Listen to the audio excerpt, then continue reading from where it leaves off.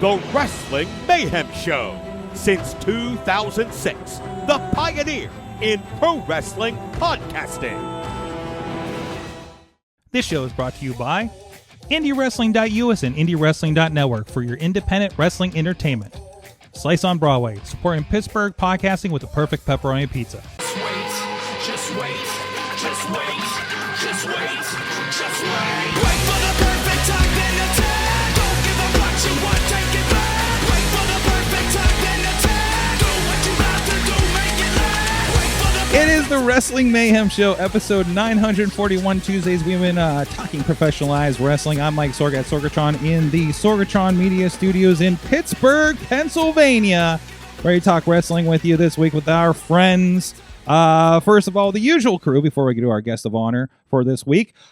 First of all, he still has an entire pizza in his fridge for some reason, and worked the RWA show this weekend and pulled his hair out because I didn't send enough audio cords for him. The Rizz is with us. You know, half a pizza, by the way. Just want to point out there. Half a pizza? Oh, half a pizza. I'm sorry. Half a pizza. Okay. Yep. All right. Half of it's gone. Okay. But yeah, we made it work.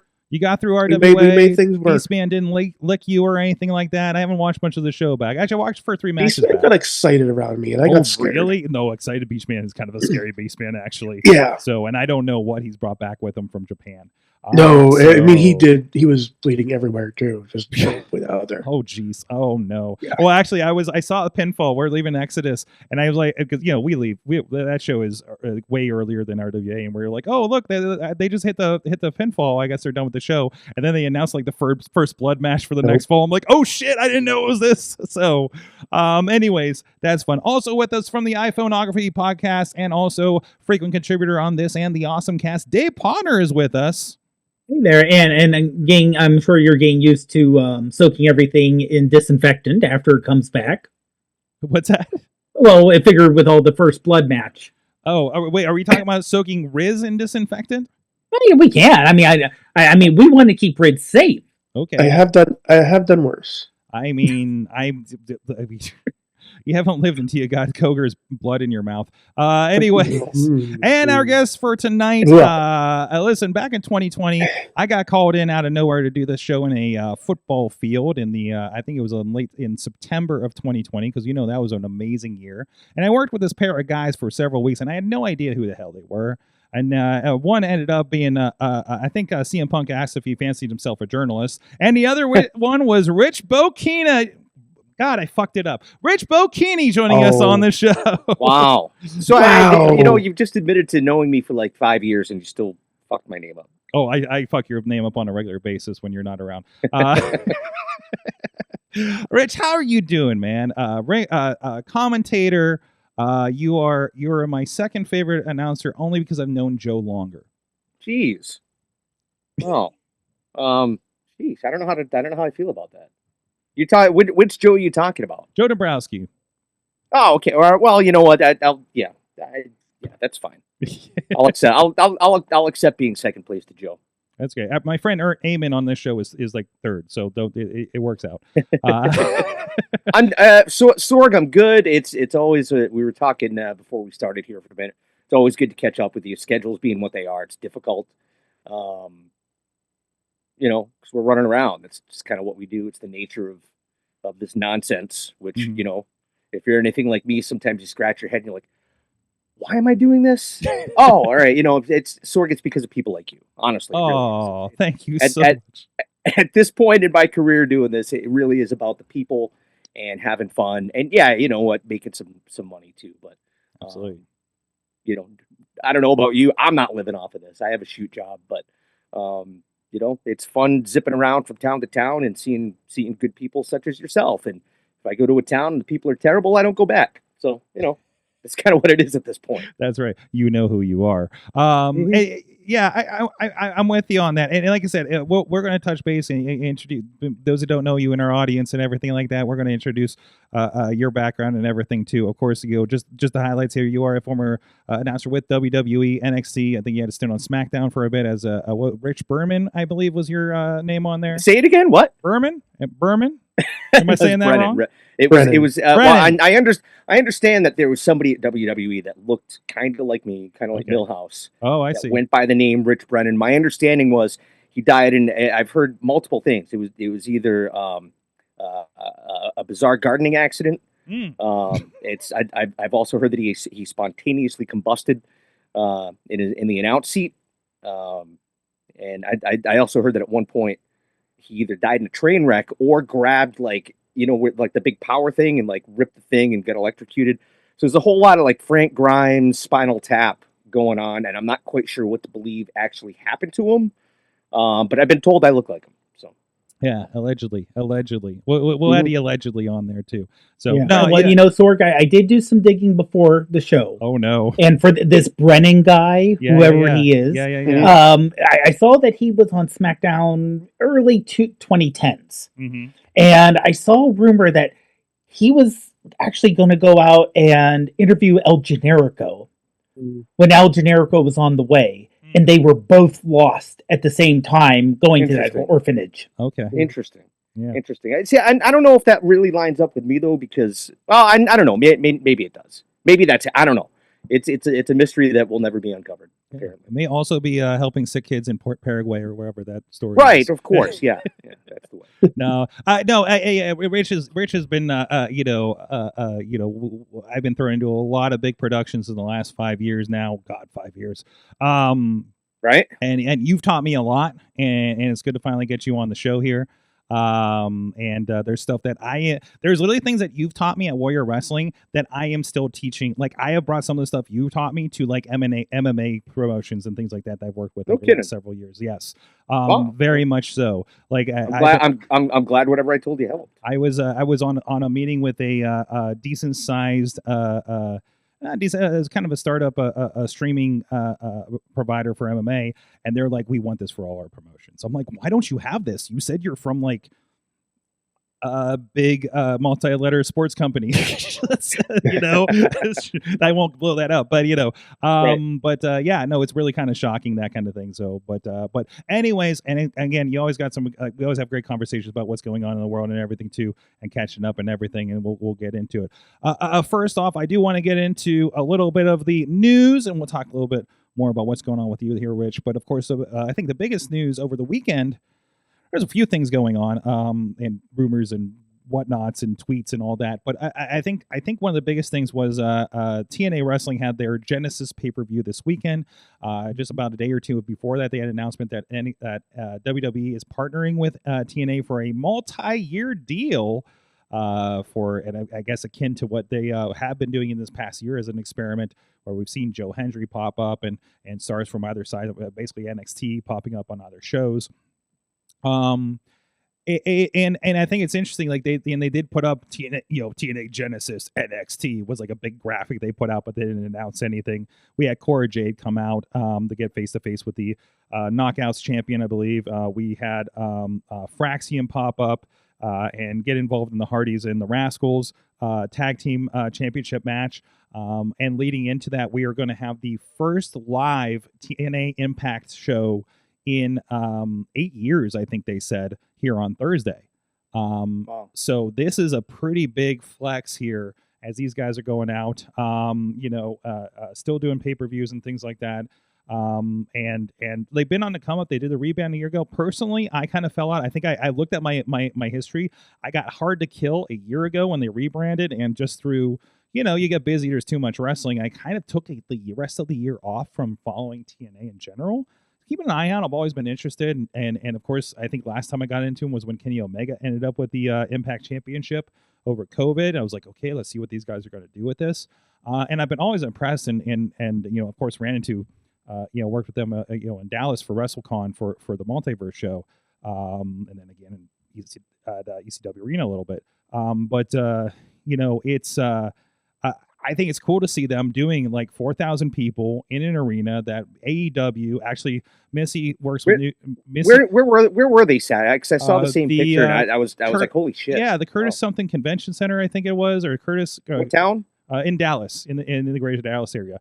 So I'm wondering if they were at. I'd have to look. I wonder if they were in Frisco, where the they have a junior team that plays there, junior hockey team that plays there, I think. Mm-hmm. I'll double check it here real quick. But it was funny because I'm sitting there and Missy, she works with New Japan, and I'm like, Missy, I think this is the venue you work down there. And she was like, yeah, but with New Japan we did this, and this, and had this. I'm like, we're like looking at the shots, and she's like, oh, they're doing very well in that building. They were in Garland, Texas. Yeah, Garland, Texas, officially. I know it was the Curtis something center. Curtis Culwell Center. Yep. I wonder what else they do there. They have SMU plays basketball there, or it was. So anyway, yeah. But again, like, it felt like a bigger show. It felt like TNA of old when they were in their hotness of, like, what was it, the mid to late 2000s, I feel, when they were stretching a little bit out of the impact zone and doing some venues. They're still, even at that point, doing like 4,000 or 5,000 people, but still that's more than, like, that impact zone Universal Studios thing going on, right?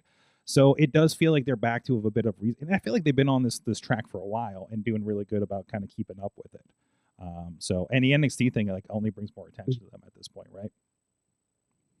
Yeah, TNA's like, I'm just amazed that they're back as that they're TNA again, and that they didn't just stick with Impact. I think a lot of us thought that was like the death knell. You know what I mean? But they're the company that won't go away no matter what happens. Like, you know what I mean? The world will end, and somehow TNA will still be running shows. Mm-hmm.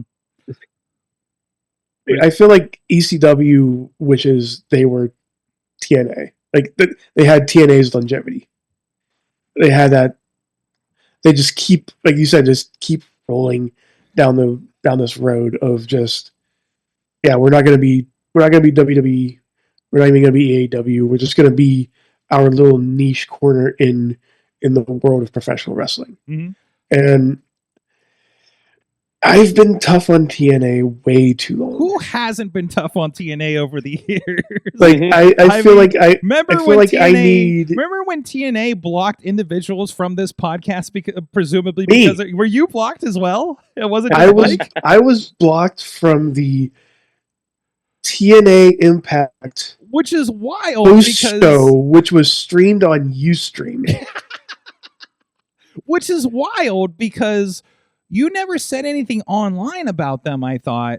Because I know in the other case, he only said things on the podcast and somehow got blocked. So that was for what was his name? That was for tweets.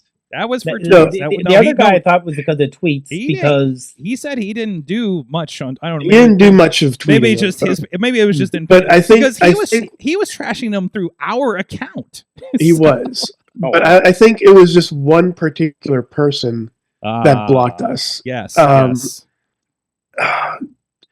Josh Matthews. That's who. Because I kept wanting. I may have messaged him one time and said, "Please unblock my friend." Is he still there? Is Josh still there? By the way? I'm unclear. I didn't see him when they did the last multiverse show. But I presume he's somewhere back there. But no, yeah, because I remember, like, they pulled me in for, what was that, 2016 or 17? They were doing the Twitch streams, which were like, they pulled me in. And Rich, you saw where I was when I first started with you guys. I had no business doing a fucking Twitch stream in those days. It was you thought I had duct tape shit when you saw that first Warrior in that fucking ring truck in the rain. Like, it was like, my God, no, I'm shocked this worked. Was that the show?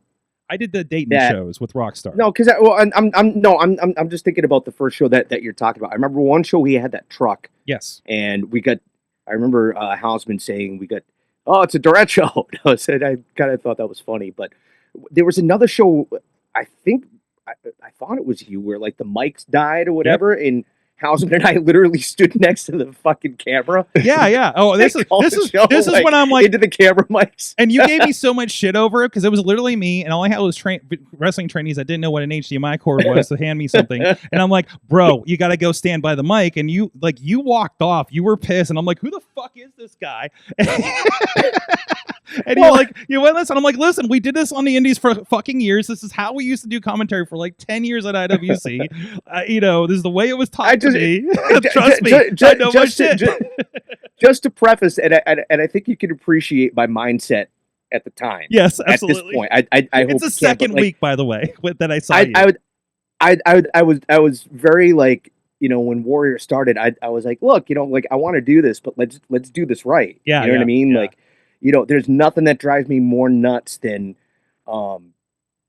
listen, you can do it. I believe you can do a show if all your cameras die and all you have is a hard cam. Yes. That's doable. But if it sounds like shit, people are going to turn it off. Yes. You know what I'm saying? Yes. And I don't know if it was at the Kentucky Derby or a NASCAR race a couple years ago where they had all these great camera shots and the audio was garbage, and that's what people complained about. Yep. So anyway, that was my mind. I'm like, what are we doing? What kind of fucking shindy bullshit is and this? trust me, it was better than the alternative.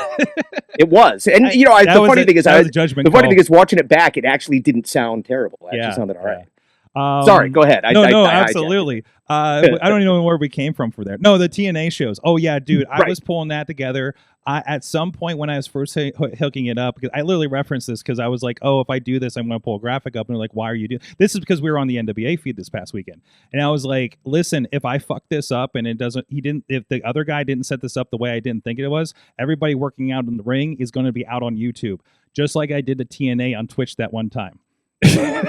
And meanwhile, I'm in the Rockstar facility. I have zero reception on my AT&T phone, so nobody can text me that there's a problem. They're like, "Oh no, you needed the graphic up," and I'm just like, "I didn't." And at the time when I was streaming, doing this show, you stream to something and then hit go live. I didn't know Twitch is you go live when you stream. You know what I mean? I'm like, what do you mean we're live?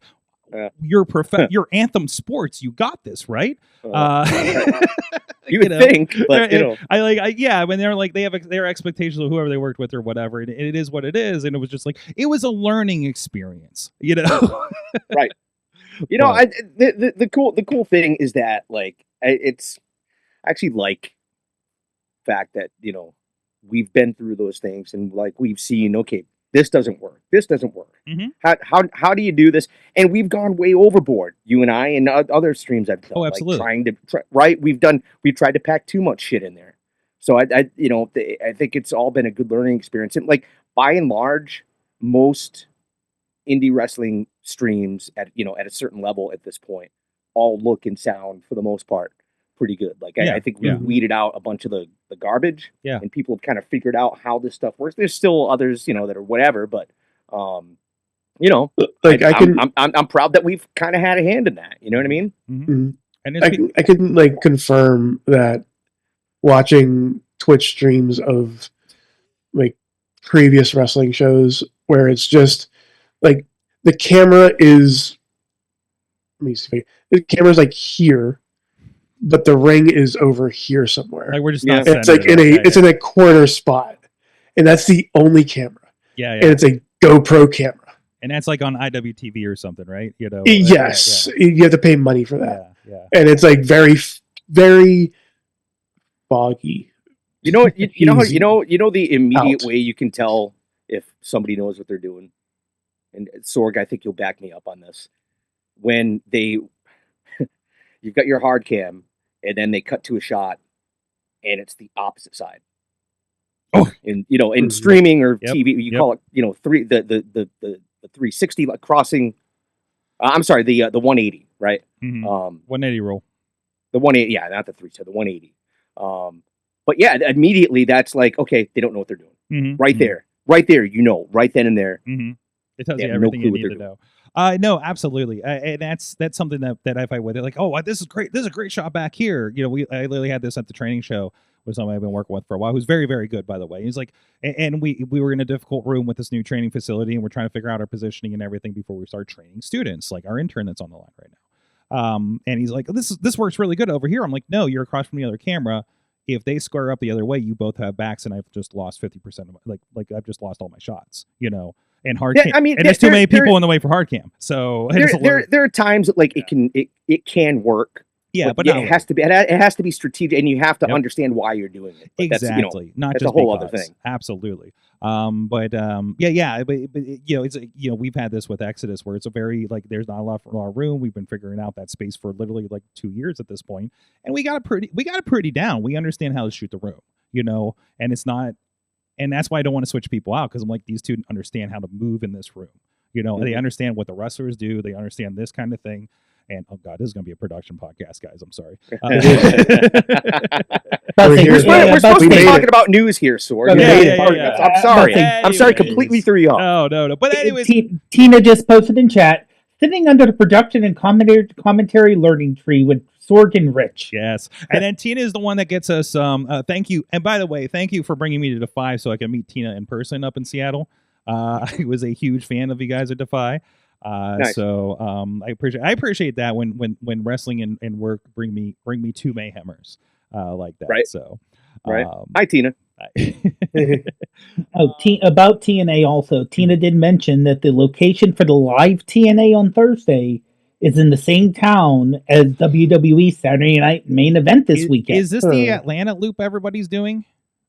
Oh, it must be, right? Yeah. Yeah. Aren't they at center? I think they're at center stage, right? Mhm. Like there's Yeah. so they're there. I think AEW is nearby. I think even MLW is doing a show this weekend as well out there. Oh, maybe. Like- Okay, yeah. Maybe yeah. it's MLW that's at center stage. Yeah. No, no. I'm sorry. That's February. Never mind. I think because I think AEW is at like some kind of basketball court or something too, right? No, NXT's at center stage if I'm not mistaken. Okay. So. And I love that too. Like, I'm appreciating both NXT and AEW doing these interesting concert venues right now. I love the different look. I think some companies, including Ring of Honor, I always loved Ring of Honor in the small venues, and I feel like they lose that by being just a tack on for AEW. I do appreciate Ring of Honor for what it is, and also I'm one of the sickos that pays for it so I can just see how old people I worked with are doing on their come up. Right. And also Athena's fucking amazing, so that's worth it alone.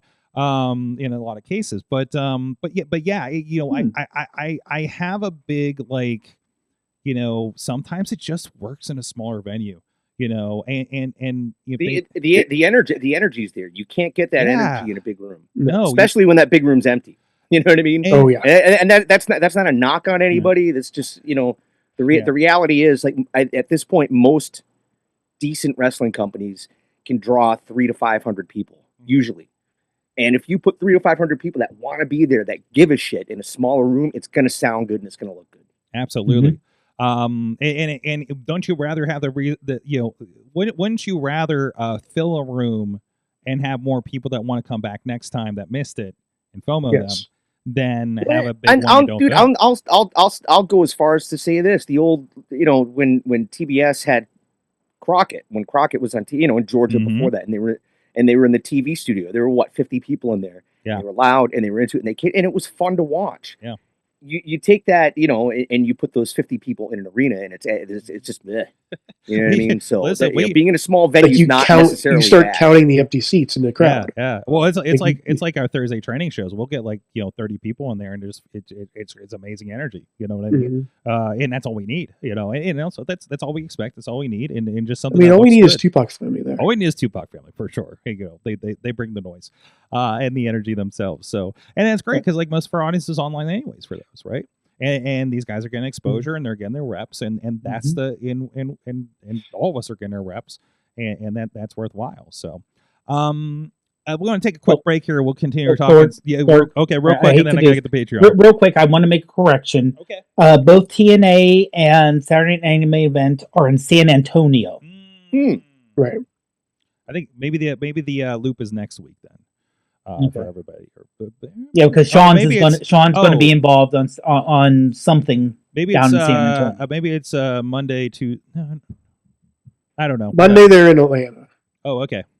Yeah, so And it's them, NXT, and then I think AEW is also in Atlanta. So and MLW maybe Sunday or something. So there was some Atlanta mega weekend or something like that. Somebody put out as a liner for that on Twitter or something. So. Anyways, thank you everybody that does support this show. We love to put this audience in a small room as our cheerleaders, but unfortunately they're all kind of all over the country, so we can't really do that as easily. But in the meantime, thank you everybody that does support this show on patreon.com/Wrestling Mayhem Show. We do have a Patreon only feed where you'll hear us in between the shows BS about stuff, with intern John and whoever's left over from the Awesome Cast. Actually, I'm making it just one Patreon feed between the two shows. So I got weirded out because I saw Mayhem Show on the like the Patreon feed, and I'm like, it's like 6:00 in the afternoon. Yeah, you know in what? the Screw evening. it. It's just the And I'm like, Sorgatron yeah. Media. It's podcast night. Let's just let you guys have all of it. Then I don't have to remember to forget to reset it for Mayhem Show and things like that. Let's make it easier on everybody right now. And you get a little bit extra. You see what was in the other show. That maybe you're not interested in, because unfortunately we talk about wrestling far too much on the Tech Podcast, especially after the show when we're a little looser with it. And we had Katie on, who helped out with Exodus this past weekend too. So I made a lot of new wrestle friends and got to hang out with her buddy PB, Smooth, and everything like that. But anyways, thank you everybody to support this show. You to get the post show and everything over there, and you do help keep this show running. And you guys have been supporting us for so long here. Everybody at the fan of the show level, do it with me, guys, on the Zoom. Bo Diggity! Woo! Bo Yeah, Diggity, yeah. everybody. Well Bo as Diggity. Team Hamfist, Tupac family, Bubba Brewer of the Triple B Podcast and APWF, Jason French, Dave Prof Bob Bonner, that's over there on the line as well, and lost my space. Rats in a Trench Coat, Tony Kincaid from over there at RWA, the Rizz, and our manager level, Bradley, who has Hey, Rick, yeah. I got a question for you, Rick. Last year, I did this. I got this picture of our friend Bradley. That's Rizz's shot That's on the my video shot. camera. That's a screenshot from the iPay-per view. Scale of 1 to 10. How is that shot? I'm gonna give it a 7. Okay, good. I'll take the 7. I'll give it a 7. It's a passing, and I'm going to sit over here because again, like my head movement is right there, and it looks very bad. But I'll take that 7. Rich, since you're new to the lore here, Bradley is kind of our local Pittsburgh ringside Rosie, which actually Pittsburgh also had a ringside Rosie, but you get the idea. Hat Pin Mary. You've heard of Hat Pin Mary, right? Is that what it was in your neck of the woods? I mean, there's different ones, and I might even be thinking of hockey, but there was a woman with a hat pin. Somebody come close and she, you know what I mean? That might have been a hockey fan. I'm not sure now. Yeah. So, but anyways, thank you everybody that support the show, even though we literally show your ass every week on the show for supporting us. It's right there. Anyways, where were we at? Are we still on production? News. Aren't we supposed to be talking about news? Well, that was the big news. We'll get to some more of it here in the show. I want to kind of more focus on you here, Rich. All right. Yeah, there you go. And now I'm shy. There you go. Now, really, you shy? I am. I'm a terrible introvert. I really am. Mm-hmm. You're like me. You're just kind of don't come out until you kind of have a microphone in front of you, right? Yeah, and when I started broadcasting, it was radio, right? I wanted to be a hockey announcer on the radio, and I thought, maybe TV, but there's a sports guy on TV. You're doing opens and you're not on TV a lot, or you're not on camera a lot. So it was fine, right? But put me on camera for I don't know. I decided I have a hard time with it. I don't know why. I just do. We've talked about this off and on a little bit before because you are I think for a while you were doing baseball. I think down in hockey. It was usually hockey. Why did I think it was baseball for a bit? Well, I mean, I did a little bit of indie ball, but I spent about 15 years in minor pro hockey. Mm-hmm. So I mean, and of course, so you said you were in radio and stuff. So you're more of you've come into kind of the classic sports broadcasting kind of angle on this, correct? Yeah, I started out, I grew up in a baseball town. I grew up in Pawtucket, Rhode Island. So we had the Pawtucket Red Sox who moved a couple years ago, and the stadium's being torn down, which is a whole other thing. It's why I wear an Astros hat now, because I can't root for the Red Sox anymore. But no, I came from a baseball town, loved baseball, loved hockey, grew up a big Bruins fan, going to the old Boston Garden, and played a little bit in high school. I wasn't any good, but just loved the game and wanted to be around the game. And one day I just kind of got it in my head, I could be a hockey play-by-play guy, and kind of went after that and was able to do it, like I said, professionally for, about 15 years or so, but, between doing play-by-play and being a PR guy, the media relations guy for a couple of teams. But yeah, my background is in radio. And I actually my first broadcast gig was college radio, playing, doing a punk rock show and playing punk and indie and stuff like that. And then, then that kind of oh, I could keep doing radio. I could announce hockey games.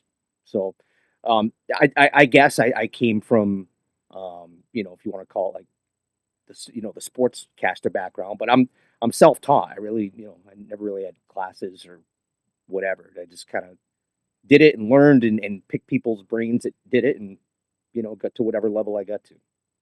Yeah, because I feel like a lot of people that have come around, at least until more recently, they seem to be like, they were like, hey, they needed a guy in an indie show, and that's kind of grew up from there, and they either kind of Right. stayed on a level or trying to figure out how to expand that. You mentioned Joe Dombrowski, like I think is a very classic example of that he's kind of created his own niche even outside of announcing, with his kind of productions and such, right? So Right. So how did you cross the threshold into wrestling? It's bizarre. So I was in. Isn't it usually? It always is. Like, and it's funny how like the things that happen that kind of get you to like quote unquote the higher level or like the big leagues, so to speak. Like it was just totally by accident. You know what I mean? Like I said, my goal for the longest time was to call games in the NHL. I would still love to. It's never going to happen. I would still love to, but I was working in Rio Grande Valley, McAllen, Texas, for a hockey team. We also had arena football down there. And a friend of mine was a ring announcer and did like an indie wrestling show. And I'd always been into wrestling. I'd been a fan for a long time. Kind of dropped out of it during the Attitude Era, and a lot of the that wasn't for me, that whole style necessarily. But anyway, I kind of got bitten by the bug, and I thought, well, maybe I'll ref, right? Like that'd be fun, like learn how to referee or whatever. I moved to Houston to take a job at the time they had an American Hockey League team there.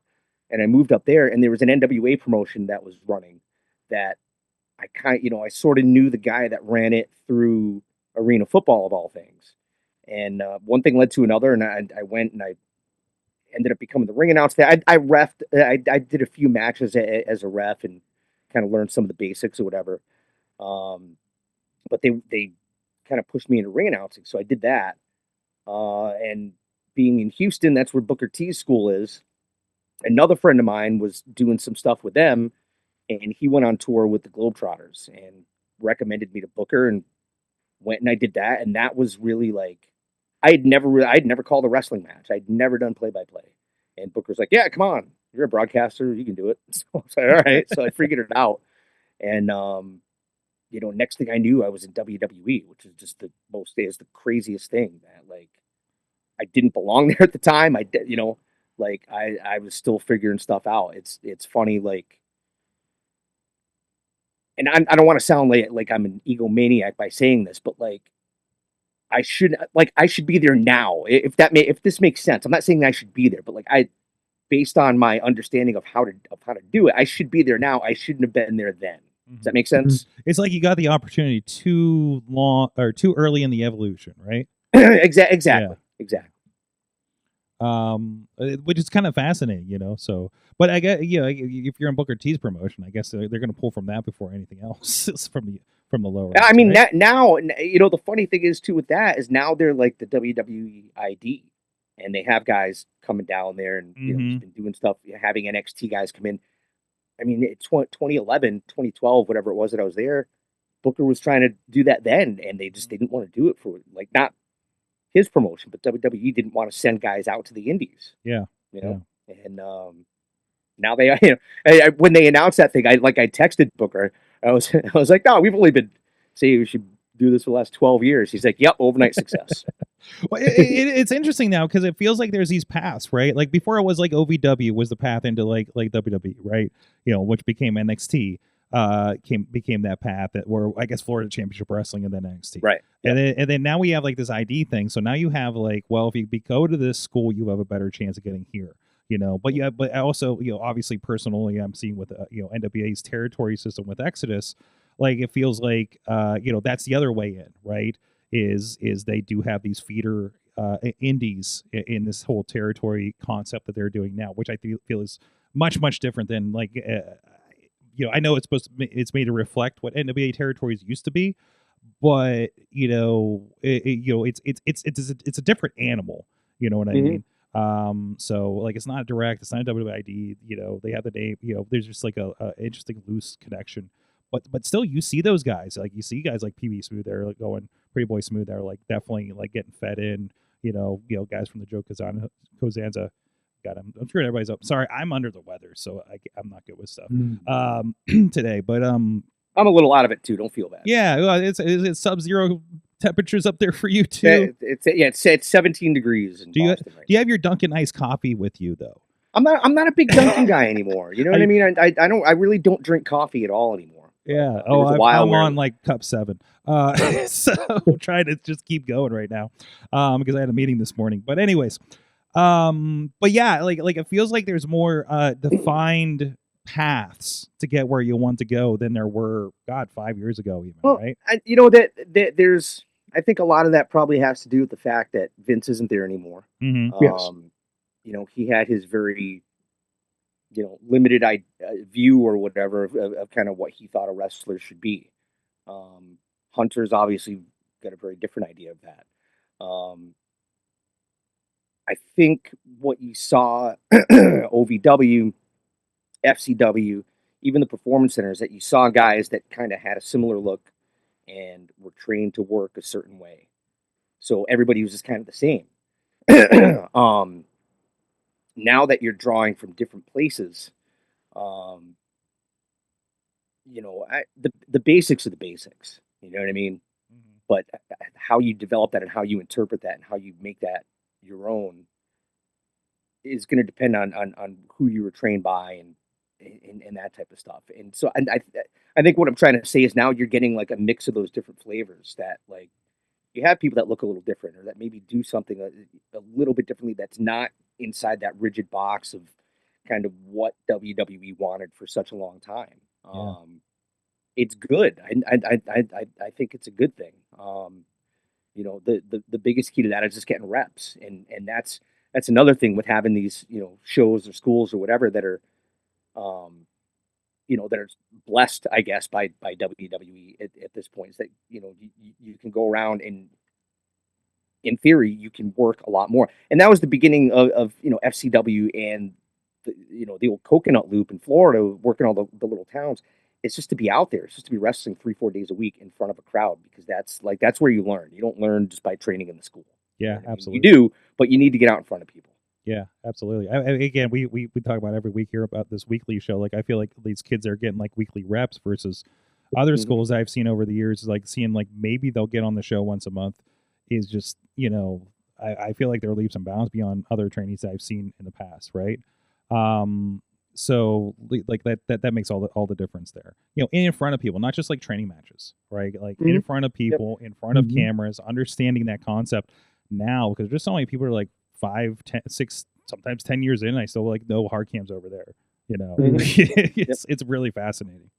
I had a few times where I was like whispering that, but I feel like now. see, I train them well around here, Rich. Yeah, Good. And I feel like now you see these like these branches off of into WWE type situations, where before it was just like you get this pamphlet that says, "Hey, you could train with me. I was the fourth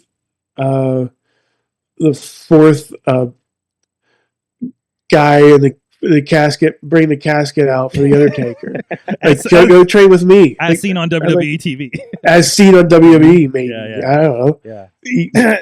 I'm gonna kind of jump off here for a second, but like, it drives me nuts when you see like same thing, like a guy who's like, he's like security or like an extra or whatever. Like, made my Raw debut last night. No, you fucking didn't. You did not. like stop. Just stop. So anyway, sorry. Yeah. I mean, it's good to be on there and getting the face on there and be like, hey, I'm doing stuff and getting opportunities. We have a friend that often is a paramedic or security, for instance, or maybe took an RKO from Randy Orton in Madison Square Garden. That's still a big moment. And hey, you're somebody that they trusted to do that. Sure. Well, sure. Yeah. Sure. Yeah. But if you take it, you know what I'm up saying. your rate over it, maybe. Right. Yeah. Right. So, But anyways, yeah, no, it's really interesting to see what's happening with that kind of situation there. So, and also seeing places doing it the right way. You know, like I said, working with you, between Defy and Warrior, I never worked with anybody like that before outside of the the sporadic TNA Twitch stream, right? So it's really interesting to see that, and I think the more wrestlers see that organization coming up, the more they'll be ready to go to that next step too. Yeah, and it's it's good to me. It's good for the indies too. You know what I mean? You've got for better or for worse, it seems like everybody that was even a marginal star is getting snapped up pretty quick, right? Signed to deals, and you don't see them, right? Because there's only so many people you can put on TV. Yeah. So that's another aspect of kind of it all self-regulates eventually, but it just it's surviving that time when there's that kind of, and it's always in flux. There's always stuff that's changing, but I feel like we're getting to a point now where like you've got TNA that's strong, you've got AEW, which is sometimes draws, I guess, pretty well, and WWE that's doing record numbers now. That's good for the business. Absolutely, there's no complaints there at all. And we've been talking the last couple of weeks about how everybody gets sucked up out of the indies. This happened 5 years ago with the launch of AEW. I think we're going through another pass of it now with the WWID and everything.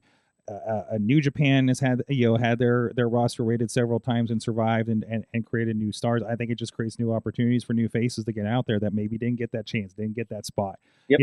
It just, I think it just brings more cream and gets more people to figure it out because they have to. Somebody has to fill that spot, right? Yep, and it really kind of people that were kind of like sliding on that mid-car indie status gets that shot, and somebody like a Defy gives them an opportunity, and they get in front of everybody on a different platform, or GCW or and these other I don't want to call them super indies, but yeah, they kind of are kind of this, like, I guess that's a very 2000s term. The well-known indie federations. Upper indies, let's say. Yeah. they're just speaking from experience, there are places that, if you want to say do it right, you do it right. And there are other places that are just kind of a little bit more chaotic, and I guess they all have their place. But, and I think just kind of, in some ways, maybe, I don't know if you want to call it natural selection or whatever, the ones that are good and that have a framework in place and have, quality control, for maybe a lack of a better term, like those are the ones that stand above, and there's a reason for that. Yeah, you know what I mean. When there's thought and there's logic and there's reasons that make sense that are put behind something, it's gonna be a better product, and that extends to, like, if you're putting that much work into making your booking make sense, then obviously you're going to put that much work into making the production look good. So it all works together. That's been an interesting thing that I've been threading the needle on before, because I've actually been thinking a lot about this in the last couple of days after recent experiences between working with the promotions we worked with. I'm helping with Enjoy a little bit now, in Cleveland. It felt like for many, many years I was shooting wrestling that just happened to be happening in front of my cameras, versus now it's like, oh no, we're part of the process, right? And I think that's one of those things I've seen from the promotions, because I've often said when I went to Warrior, I was like, oh, this is the way it can be, and it's actually less stressful than the promotions I work with back home, because like some of them, and they had been long gone, but they were just a nightmare to work with, on organization and things like that, and just like communication and everything. And it just the show happens, and I remember there's one comment was like, "Shut up, just hit record." When it comes to wrestling, like it's literally something somebody told me. And then I didn't know, because I don't know what's out there, man. That's also why I tell people, get the fuck out of your town. It can be something as simple as like just having a graphic or two to put up in between matches, so it's not just an empty ring. Like, what do you talk about? What are they? You know what I mean? Like, if you're an announcer, what do you do at that point? Oh, okay, well, I mean, at that point, you're just kind of dicking around. Like, have some kind of setup. You know what I mean? Have some kind of idea. Okay, like, we need a minute between matches. All right, let's run a 60-second spot of something. Let's push merch, or let's, whatever. Run just something, so it's not just an empty empty screen. But we- sometimes you're it's so easy that it's like it gets overlooked a lot. And a little bit of like, and this is there's two things on this. One thing I kind of say is, my mission was always with the locals from when I started in 2012 as the head director, was like, what can I do to make this look more like TV? We know we won't get there within our limits, but more like TV, so people kind of accept it and to say, like, I remember Samoa Joe came in, I think I was in the crowd at the time, against Ray Rowe, who's now a Viking or a motorcycle guy, whatever he is now. And they're like, oh, Joe must not be doing good if he's here in Right. in this promotion in Pittsburgh, right? And like that's a perception that always stuck in my head when I moved to production, because I'm like, how do we make this look closer to TV so that the fans respect it more and give it a chance, right? And the thing too, like it doesn't even necessarily have to be like TV. Like you can do it differently, but there are ways to just put a quote unquote professional presentation that you can tell somebody actually just put a little bit of thought into, as opposed to just like, let's turn the camera on and make it acceptable. You talked about that audio situation earlier, right? Like first thing, how many peaked mics do you get? I know I've got you a couple of times as I was figuring out your volumes, things like that. So, and the other thing is, even tell we had a brand new trainee was like, hey, we lost our referee tonight for weather or something. You're going to be doing this training show, 6 matches tonight. And I was like, okay, this is what the horseshoe is, which I learned from Jimmy Corderas doing his seminar. And also, you are part of production. Referees don't get that. I'm like, you are part of production. You direct these people, to where they need to be. When you raise the hand at the end, when they're doing a hold against the wall, or something like that, like you get how much time's left. Yeah, how much time is left? We still have to resort how we're going to do cues in the new place, I think. But we had a system. It can be as simple as somebody like at ringside taking their hat off. Oh yeah, absolutely. You know what I mean? One promotion has a hockey stick they raise above the curtain. So, things like that. You're ringside. You put a pencil behind your ear. There's a million ways to do it. Oh, absolutely. But it's also we're in a new venue that we're still figuring it out. So there's a lot on the checklist right now. But stuff like that. I think that's this thing to consider. So, well, we're here with Rich Bocchini. We're getting into the weeds on production here, because I hope we're not losing people. You know what I mean? I don't know. I'm hoping. No, this is what I do from time to time, because this is what this show's become. It was like people that were fans of wrestling to people that actually kind of work around it now. So, like Rizz, I was gonna say, before I was a fan, and then I went to wrestling shows, and then I said, Rizz, can you hold this camera for me? Sorg put me on DVD. I was like, Rizz, can you sell DVDs for me? Hey, can you hold this camera? I'm short. And then I'm like, hey, you're getting pretty good at this, Rizz. Can you do it again?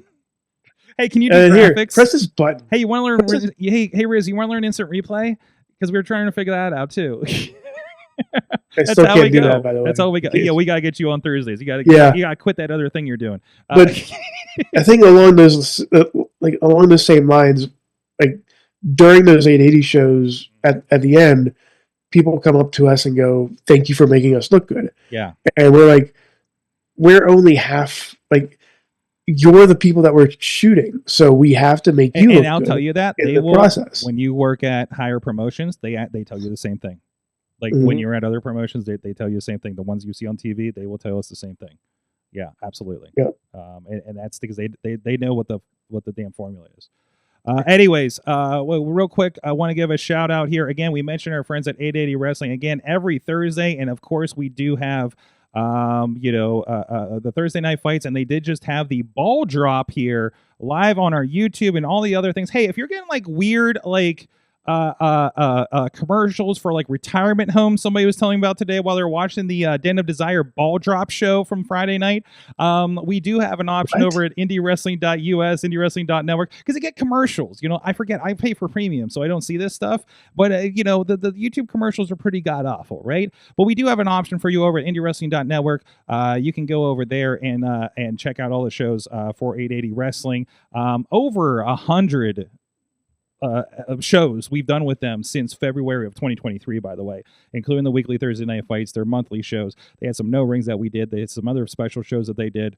Again, it's a school promotion. It's kind of got wild. I got in the city paper last week, and now we're in the South Side in Pittsburgh proper, working with the guys at Penn Brewery. Oh, hey, I actually wanted to, where's that at? Where did I put that? I'm going to forget everybody's name now because this is one thing I love because I grabbed this because I didn't grab this last Is that a new one? No, this is the one from December show, but they were still selling some leftovers at on Friday's show. So, like, Missy, your mission is to make sure I get one of these because I got the first two.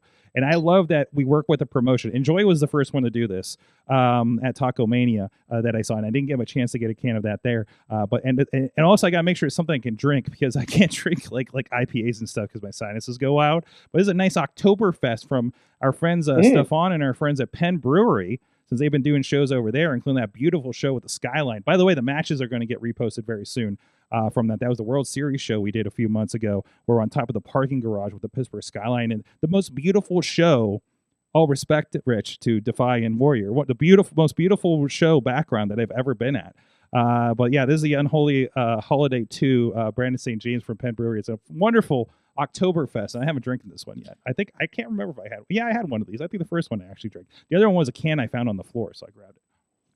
Oh, floor beer. This is a drinking show so now. Fun. No, I didn't drink the one from the floor. You drank stuff from the floor. I didn't know. I got the can, so I put it on my shelf as a memento. As long as you're not on the floor with the beer. I like to call IPAs isn't piss available. Yeah, Keith. I like IPAs. Keith Hawk. He was like, "Here, buddy, you look stressed. Let me give you a beer at the end of the night." And I'm just like, "Yeah, bro, I'm gonna have a headache for 2 days if I drink this." I got like an allergic reaction to like heavy beers. I can drink like the lagers. I recently had a Guinness non-alcoholic, which actually wasn't bad. It was like it was the closest that I've had like in any beer that was what it's supposed to be. It wasn't bad at all. Yeah, because I remember those were a little heavy when I tried them before. It's just like I'll feel it right up in here, and that's why I'm Yingling and White Claws, and then they yell at me in Michigan when I ask for a Yingling. They yelled at me. You can get that in. I know, like they have Yingling in Florida now. I get it in California. Can you? Yeah. So I don't.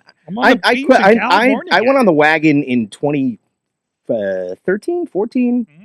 And I didn't have a drop of alcohol for like 7 years. Respect. And, just the past couple years, like, I'll go and I'll have a beer or two, whatever. But yeah, Yeah, your low points.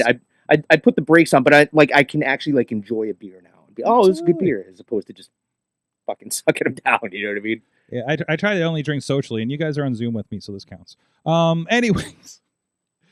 But no, we are on social media. So like I said, we're having a lot of fun here. I want to talk about it a little bit because, again, thanks to you, I got to have the Defy Wrestling experience for a couple of shows up there in Seattle, and one of my favorite rooms. It is the loudest. It is definitely one of my favorite rooms that I've ever witnessed wrestling, let alone worked in.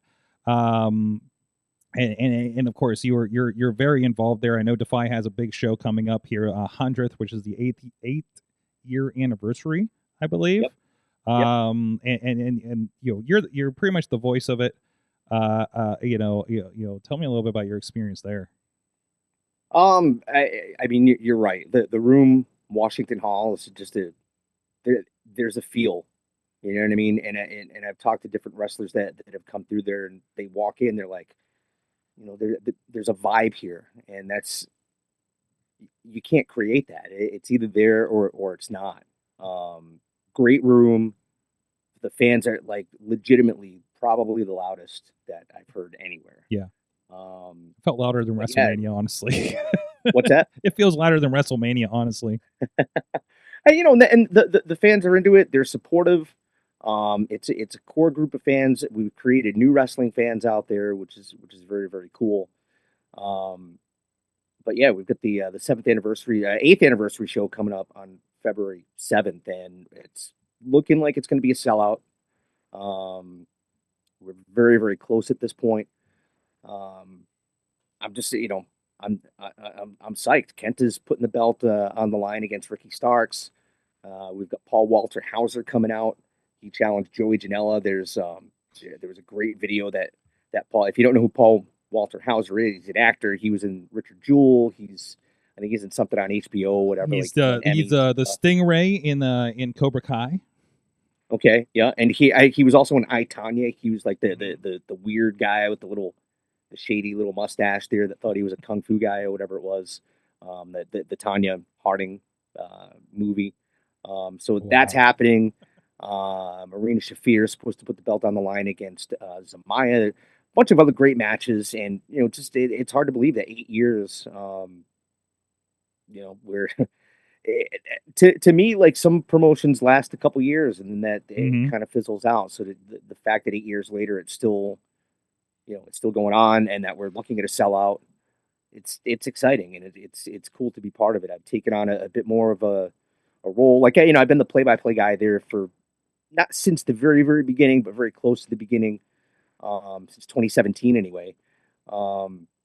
So being involved in that aspect of it was really cool. But over the last year or so, I've taken on more of a role in the office.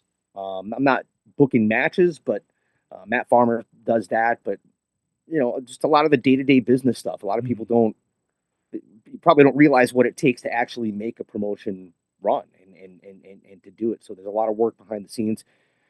So it's cool. It's it's a different thing for me than I've done before. But I've got my hands on everything from the website to the booking travel, and you name it, I'm probably doing it. So 8 years, it's hard to believe. So I'm excited, looking forward to February the 7th.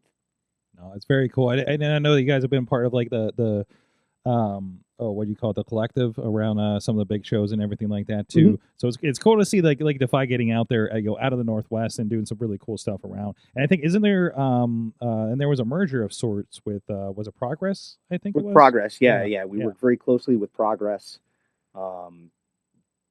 They've been great to work with. They just kind of let us run Defy as Defy. You know what I mean? There have been crossover stuff and bringing some of their guys over, but they generally just kind of let us. We run it as its own thing, but it's part of a larger umbrella, so that we have some support, financially, and then just other business aspects as well. So it's been good. It's growing a lot. There's been some growing pains, but I think we're getting past that, and the future looks bright for sure. No, that's really cool, and especially now. Like, I feel like so many promotions, whether locally, nationally, feel like you said, to kind of like drop off or kind of pull back, I guess is one way to put it. The burnout is real. I don't know how many promoters I've seen, first say, "Hey, are you okay?" day of the show, every time I see them. You don't know how many times I go up to the promoter and be like, "You remember to breathe?" Because I want to make sure they're not losing their shit, so I don't lose my shit in the middle of the show. But anyways, especially it feels like this is a promotion that runs at such a high level, akin to what we were doing at Warrior. It's just it was unbelievable what they were pulling off there.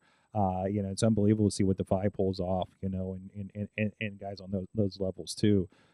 So and even like I saw you're working with Deadlock Pro. That's another one of those that I think is on that level that you hear about, right? Absolutely, so, for sure. It's excellent, like kind of when I was talking about before, things that are thought out, logic, reasons. Yes, like from the booking to why certain things happen, and just the production value in general. Yeah, I mean, those guys are great to work with. I work with Caprice Coleman and Veda Scott doing commentary there. I can't say enough good things about Deadlock. They've been great to work with. If you haven't checked them out yet, definitely check out Deadlock. Good stuff all the way around. People keep telling me about them, and is it? I believe they're a promotion that like they started as like a bunch of podcasters that evolved into doing a promotion. Because like I have people like, "Why haven't you started your own promotion?" I was like, I'm not that crazy. It's interesting because it's the only place that I've ever been where after the show there are people lined up to meet the guys that run it. Yes, like legitimately, again, that aren't like wrestlers, that aren't wrestlers. Yeah. Seriously. Yeah, I guess they, they did whatever podcast where they would review stuff and video games and all wrestling centric, and they're funny.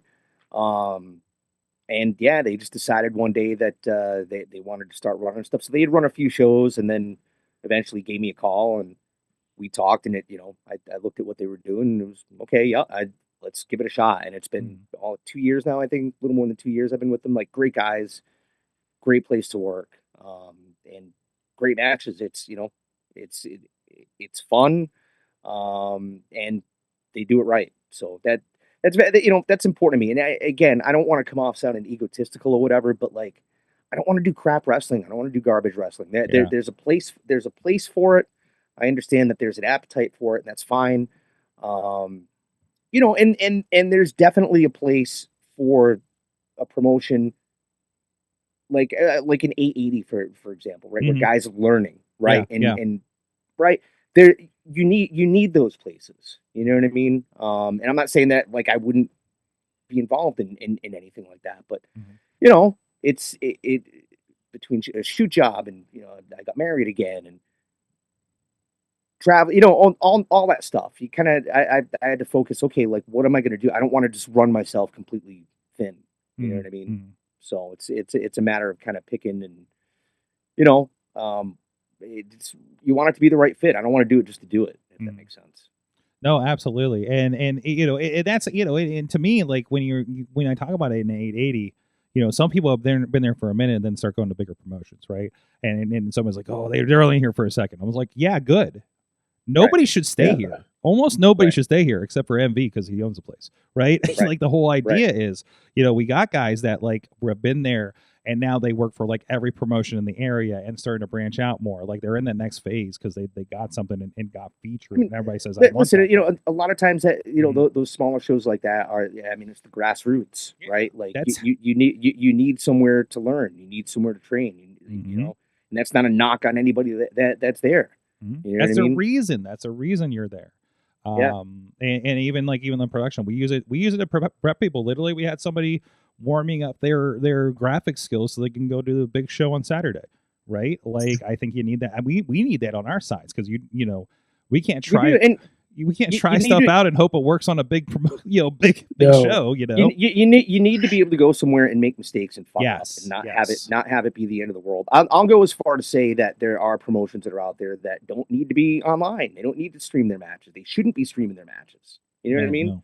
No. I think people need to learn, without the pressure of like, okay, you think about the poor Boom Goes the Dynamite kid, right? Like, you remember that, right? Like, nobody ever should have saw that ever. No. But now that kid, like, if he got a job on ESPN right now, he's forever the fucking Boom Goes the Dynamite kid. Like, he's never gonna shed that. Yeah. He's gonna have that on him for the rest of his fucking life if he ever did broadcasting. I don't know what he's doing now, but you know what I mean? There should be places. I thank God that when I was starting out doing hockey, that wasn't online. That was fucking terrible. It was awful. You know what I mean? And it would be. I don't want to. I go back and I listen to it and I cringe at this point. Like, there's no reason for some of that stuff to be out there. Same with early days of this podcast too. So thankfully nobody was listening. So it's all right. But it is still the thing is that's true with everything though. If you're just starting it off, you're gonna suck. Yeah, that's reality. So if you, I think I don't know where I heard someone say this, but embrace the suck. Yes. If you're starting off, if you're starting off, you're like, this is the first time I've run camera on a live show. You're going to make mistakes. Yeah. Yeah. Good. You learn. Yeah. And it's good that you're learning in a very small thing, very small place where, yes, it's great that people are watching it, but it's not, if you mess up, it's not going to kill your career. Absolutely. Right? I mean, that's why we label, like, this is a training show. This is a training show. Yeah. You see that Academy in the corner, we put an ad up. We make sure the announcers say it over and over again and say, hey, this is starting. This kid's new. This is the... Well, and the people, a lot of that's, if the fans that are going to it are respectful of that and they understand what's going on, it's, it's, you go to a single A baseball game, you don't, if the guy making the throw from third base throws it over the first baseman's head, you're like, oh, okay. Like, you know what I mean? Now, if you're watching the Astros and the Red Sox and that happens, that's fucking bum. as it should be. You know what I mean? Because he's getting paid a lot of money to miss that call, right? Hey, Right. Rick, we're in Pittsburgh. We We're understand. used to it. Yeah, we're used to that. Chick-fil-A, yeah. That's a shame. Yeah. And there's so many good players that just, Yeah. Hayes and then Sawinski, like Mhm. they're not going to be there. They're going to be at the Dodgers or the Yankees or something. That sucks. Yeah, There's literally Steve's gonna get a billboards. lot of money There's somewhere. literally please sell the team billboards around town now. So Yep. somebody's putting money into that. But anyways, Well, one thing real quick, when Yeah, you go were ahead. mentioning Defy, and you said that, it used to be this guy as seen on WWTV like 5 years ago. yeah. But now it's like, here is a top star who's currently on Mhm. Dynamite, Mhm. who's now at this show. Here's Mhm. Swerve. Well, Here's Moxley. Yeah, the It's like- the first show I did with you guys was like Moxley and Tom Lawler, which is like my favorite match of all time. That was a they've great got to match. produce. Oh Yeah. my god, that was amazing. We had a bit because I'm helping Scotty with we're doing live switches for Enjoy, so you guys get it a little quicker. And there was I think TME the main event was I forget who they were taking on at the time. But there was just like the lighting was like again Scotty I know's in line with you guys, helped you out with some stuff too, but like he's in that same mindset and gets the Yep. camera thing and the look, and we're in a venue where they've done the lights correctly, and Yeah. there at Mr. Smalls, it's just like, oh my god, this, like, I got that feeling I did doing that match just from like the sweat popping off of that. In that match, in the Moxley match, it was blood. There was blood and sweat. Yes. Yep. Yeah. I remember we got the spray of the blood. Yeah. Oh, it was beautiful. It was just that artistic violence kind of thing, right? Yep. And it's and I love all that. I mean, me, like I've done like New Fear City. I've done like I love everything. I love the shit. I love the dirty shit. I love I want to go see Major Wrestling this weekend because it's coming to town. I love all of it. I love the thing. I love going to when I was first traveling. I went to see Tennessee Wrestling when I was down in Cookeville. I saw some crazy thing with 10 fans in the audience and everybody was bleeding everybody in Sun City, California, just because. I'm here for all of it because to me, I put a tweet out that I think I did the math that I watch about 12 hours of televised wrestling every week. But again, I want to. I don't know how you do it. I don't know how I do it either. I'm working through a lot of it too. It's good background and just like, oh hey Lee Marty, I know that guy, stuff like that. Right. But it is like, it's tape study for me, and I love it, and I want to see what my old friends are doing, and I want to see what this guy like I worked with that one time on a Warrior show is doing, because like I watch and like Missy will remember like meeting Will Ospreay, and how fun he was backstage and everything, right? Like we have a different kind of connection, and it's so much fun, but also like, oh god, look what WWE's doing with the drone, Rizz. And also, whenever something happens, these guys are all like, when are we getting a drone? Where are we getting an earpiece for a ref? Like, here's one for $80 at Walmart. I'm like, guys, settle down. Like, I just want to point out all of those mentions for you. were from me. Yes. Rizz. But by the way, I would be remiss if I didn't put over Enjoy, like Scotty and Max. Absolutely. And like those guys do a great job. Mm-hmm. And again, it's another one of those places where there's thought behind everything. Mm-hmm. You know what I mean? And to me, that's important. There needs to be one of the things that I told Max when we were doing Fest Wrestling in Gainesville, Mm-hmm. and he would do color with me, and one of the things that I would just always harp on, I'd be like, just give me a reason for why X, Y, or Z is happening. Mm-hmm. It can be the most fucking ridiculous reason in the world, right? Because you don't have to go too far to suspend your disbelief in wrestling, but if you don't give some kind of plausible reason, to me, anyway, the way that I think, if there's not some slither of just logic, the whole thing collapses in on itself, and you just lose the whole magic of the whole thing. So simple logic goes a long way, in my opinion. Absolutely. Great stuff there. Hey, we had some comments from the chat room I want to get to here before we hit our first break, our major break here, I guess. And Tina, of course, our big Defy connection here on the show. Tina is always filling us in on what you guys are doing up there, by the way. Make sure we don't miss out. Try to get it in the show, get the mentions, because we love the stuff going on up there. And if you guys don't know, Defy, I think all the new shows are on Triller now, if I'm not mistaken. We've been on Triller. Yep. Yeah. The next show, as far as I know, we're on Triller. I need to confirm that with the UK office. But between Triller and then Demand Progress Plus is where the stuff has been running right now. There you go. So a lot of opportunities to go check that stuff out. And again, it's worthwhile. Some of the best stuff out there in the indies. The first main event for Defy was Swerve versus Cody. She reminds us. Cody Rhodes, yeah. Yeah. I think he lost the name for a while at that point, but I think he was just Cody, wasn't he? Yeah. Defy has been such a shining light in the wrestling scene that was kind of dim here in the Pacific Northwest for sure.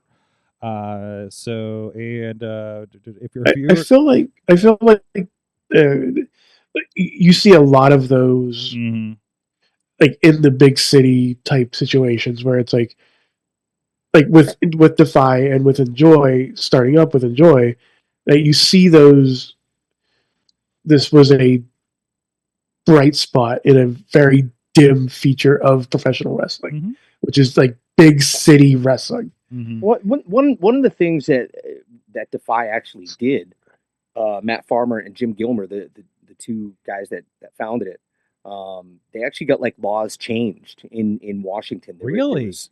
There was a whole thing where, and I don't know like all the details to really drill it down, but basically, it's the stuff you always hear about with the commission and just a million hoops that you had to jump through.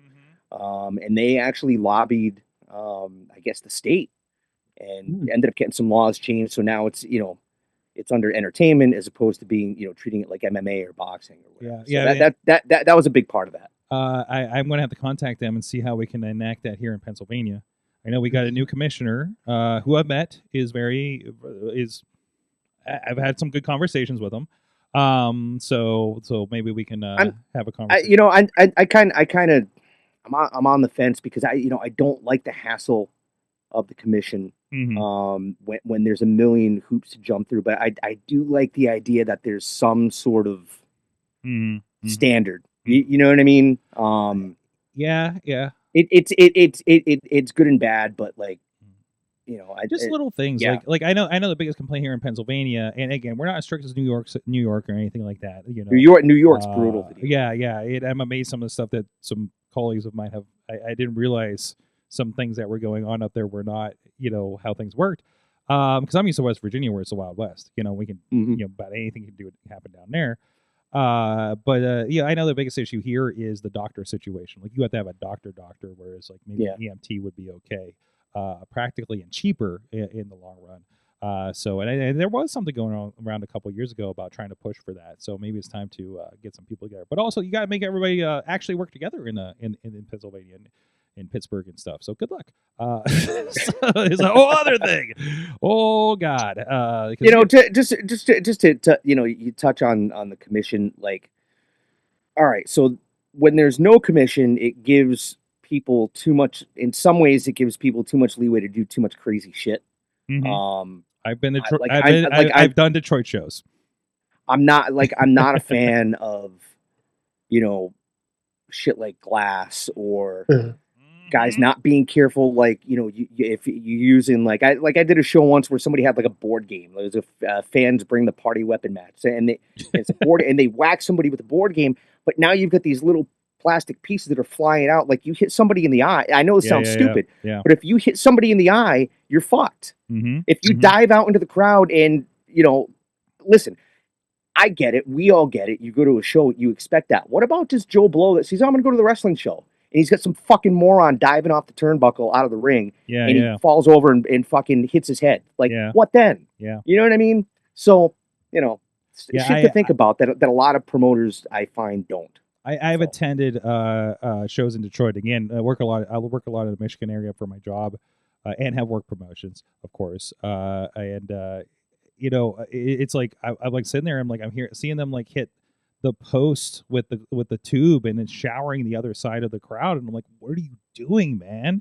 You know, Yeah. you're just asking for trouble there, right? In NXT once in 2014, probably early 2014. It was early in my run there. Mhm. Somebody did it, not even a real dangerous spot. They just went outside the ring and like somebody kind of went into the guardrail, and some woman that was sitting in the front, the guardrail hit her in the shin.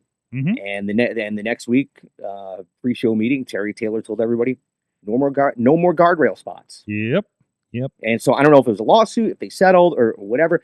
And then a couple years later, I was doing another show. It was a WrestleMania weekend, and it was an early morning show. And somebody whipped somebody into the guardrail, and there's a guy sitting there that was probably hungover as shit because he looked it. But anyway, the guardrail snaps back and hits him in the mouth and knocked his teeth out. Oh, Why? Jeez. Why? You know what I mean? Jeez. Was that worth doing that spot? Yeah. So Yeah. Yeah, I'm with you on that. I like the crazy, but if you're putting the fans in danger, that's not okay. But hey, that's perfect. But it's wild stuff. So but anyways, we're here. Rich Bocchini. We're going to take a quick break for you guys. We're going to come back and have some more conversation, and we're going to find out what everybody learned from wrestling this week. It's been probably a very educational week. And we'll be right back after I find my ad spot, because I changed everything 2 weeks ago. We'll be back after this, folks, as quick as you can say hullabaloo, hullabaloo, hullabaloo 20 times. That's a fucking professional right there. We'll be right back. I'm Eamon. I'm Merlin. And we're a gay. And his NB. Are you a reality television connoisseur? Do you like it discussed from an LGBTQ lens? If so, A Gay and His NB is the podcast for you. Hear us break down all your favorite guilty pleasure reality shows from Bravo, Drag Race, and just about everything in between.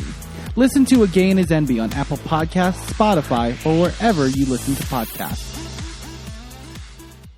Sidekick Media Services. We are your sidekick in business for social media, video production, and more.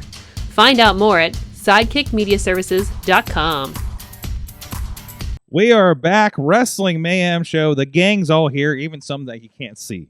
Like John Cena style and stuff, right? If you're podcast, you can't see any of us. We're just figments of your imagination and voices in your head. And we're not real. Welcome to the party. No, we're fake as hell. So Rizz is with me, Podnar's with me, Rich is still with us as well, and we're gonna Hi, everybody. Hey, that voice.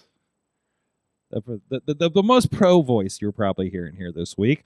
So there was a little news. I'm kind of curious. He is an old friend of the show, so I of course some curiosity of this, and plus some of my students at school. Oh, I'm teaching. For those who don't know, actually brought this up to me, so I know if people are walking up to me asking about it, everybody's paying attention. What is going on with Corey Graves in the last week? And I guess just for background here, and I think we do have an update for tonight. Allegedly, of course, we know Corey moved over to NXT. Pat McAfee popped up on Raw. They did a shuffle. They did the Netflix shuffle here a couple weeks ago. And he sounded a little miffed on Twitter about not being quote unquote famous enough for what he's been doing. And has been relegated to NXT, which honestly, NXT is on network television now. I feel like that's a pretty okay spot to be at the moment. It's not like he's going to like Florida Championship Wrestling on what was the TV down there, Rich? They were on Bright House. Bright House, yeah, FCW. Yeah, I remember watching it a couple of my daughter has lived in Florida for 20 years or whatever, and I go down and visit her and be, FCW is on at like midnight on Sunday. I'm gonna check this out. Let's go. Let's see the next generation. Yeah. Yep. In a warehouse somewhere with all these WWE posters. But yeah, and allegedly he wasn't on NXT last week. And I understand he did pop up on NXT tonight. I watched it after the show, obviously. Is that, can we confirm that? Chat room? I think chat room had? Okay. No, we can't. We can't. We can't. Yeah. So, man, I get it. People, get mad about movements and things like that. And Corey Sterling, whatever you know him as, he's always been somebody who's very, I remember back in the day him being very honest about the indie wrestling scene here in the late 2000s and getting in a little bit of hot water with people. So, yeah, no, I'm not surprised at the comments from him, because he's somebody that speaks his mind. You know, I think it's what he is very good at. You know, and why he's in the position he is, to the way he presents himself, right? So I'm glad whatever is hold up, or this is entirely a work shoot to get us Packet McAfee versus Corey Graves, as somebody suggested, with a Michael Cole on a pole match at WrestleMania, which I am here for main event of night 1 in Las Vegas. I'm putting some bets on that. By the way, if I end up at WrestleMania this year, which I think I'm going to, because I'm kind of on a streak right now, and I love Vegas now, after the Double or Nothing experience a couple years ago. Or was that last year? Whenever I did that. And I will put a bet down if that match happens. So, because that happens now. Anyways, how are we feeling about Corey and his quote unquote situation here? Alleged situation here? Let's put that, because it's wrestling. Yeah, and alleged, we don't know what's real.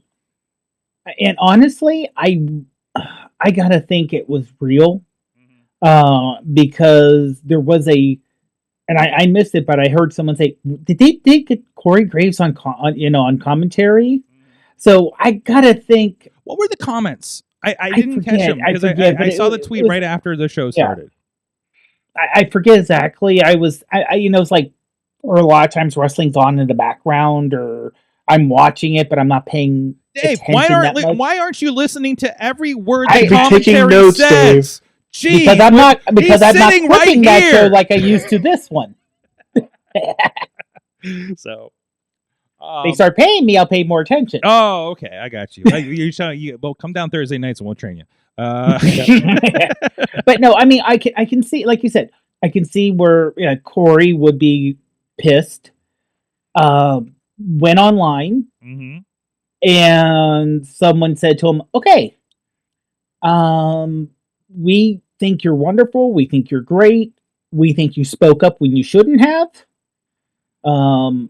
I don't want to say lucky for him, this isn't the Vince thing, but it's a new group he's with for being the higher ups, and they said, take a week off to cool your jets, and we'll put you back on NXT if you want to. Otherwise, there's the door. It feels like a very HR conversation probably happening. It does. It does. Yeah.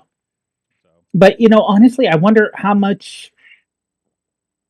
And this is just me trying to get into mind if I had something like this. Yeah. Did they tell him you're going to NXT? I think he was on 1 week in NXT. He went home, vented to Carmella.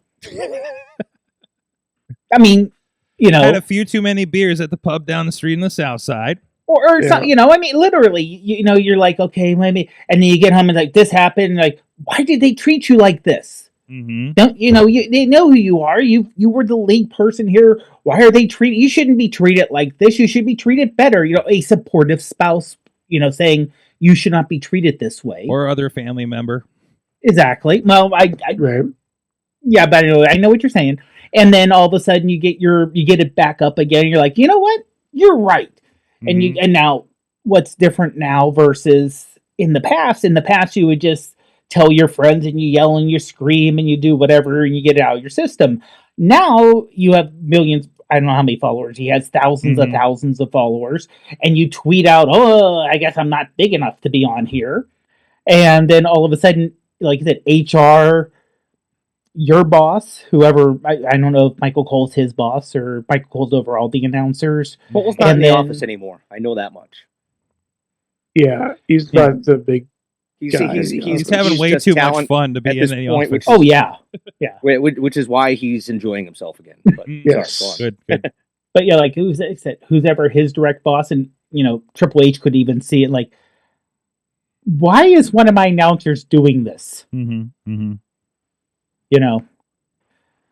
So I honestly believe it was someone in their mind getting demoted, getting mad, saying something in public, and probably having, like you said, HR or someone just having a talk to about him. Yeah. Now, whether they make it into an angle, that would be, like you said, that would be great. Cole on a pole. Cole on a pole. Cole on a pole. I'm here for show title. Oh my God. Yep, there you go. But I feel like this is gonna like if this does come out to be like a match or an angle type situation, which I had that feeling, but like I feel like the thing with Corey is a nice little roller coaster of whether it's true or not or work or not. But if they do kind of sneak in a angle of some sort, I feel like this is going to be the new Backlash angle, like the new Joey Styles, not good enough to call Backlash type situation. Okay. Like I'm not even good enough to call SmackDown. And this is what feeds us too, because there's been rumors over the last year or so that Corey may be on the verge of being cleared to wrestle again. Right? He is cleared. He is definitely cleared. So I mean, which feeds the rumors or feelings or vibes or whatever of like, oh, he's going to have a match with Pat or something like that. Like he's going to beat Pat McAfee up and throw him out of the Rumble. Right. Yeah, because there's been this like every time he pops up, and I understand like, and the things I read and I try to write not bullshit rumor sites as much as possible, that like Corey like legit didn't know Pat was coming out like Mania or something like that, right? Yeah, or something, which seems weird to me. But who knows? And you know, this feels like the perfect reintroduction, right? Of something like this. Like we've done this before. Like didn't like Macho Man come out? No, Macho Man left. That's right. But we've had other guys that like kind of came out. That were wrestlers relegated to commentary that came back into a match situation, right? So like I feel like that can completely happen, and I almost wish it does turn into that, you know, because I think that would be a very hot feud. You know, I think people will get behind it. You know, people love Corey, people love Pat. You know, people, you know. And I would love Cole just being the peacemaker in the middle, just be like, you know, being the whole thing, you know. He was like, listen, I don't want my old friend to have a feud with my fun friend that dances on the table with me while the drums swing around us. You know, you know, I was like, this is a good time, guys. We're all here for a good time now. You know, the dark days are over. You know, like I want that to be the promo too. So, and then we can see, you know, maybe coaches Pat as the, you know, being an undefeated WrestleMania participant. So there's so many ways you could go with this that was just would be a fun thing to do at Mania. Now, I just heard the recording of the beginning of the show. Okay. And Vic Joseph says, don't adjust your set. This isn't AI. Corey Graves is right here next to us. And then Corey said, I'm right where I want to be. We're passionate as everything. The hungry survive, and pro wrestling never stop being cool. Wow. Okay. And then what did Booker say? Booker would just kind of point at him. And then just said, shut there he is right there. Okay. There's Corey right there. He there. Just gave him the Scott Hall? Okay. Got you. Yeah. As far as I know, there was no Shucky Quack Quack. Oh, what?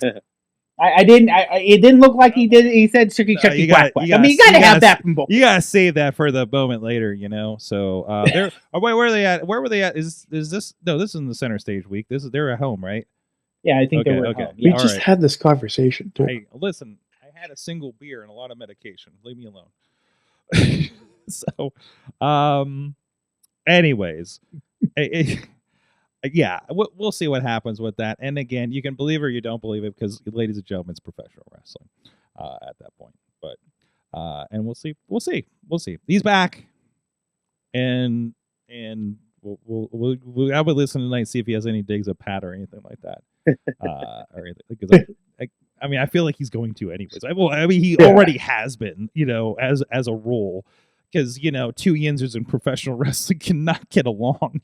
So, but also I just again, we've talked about this. I love that they're just like two Pittsburgh guys on commentary right now. Yes. Rich, you probably hate this.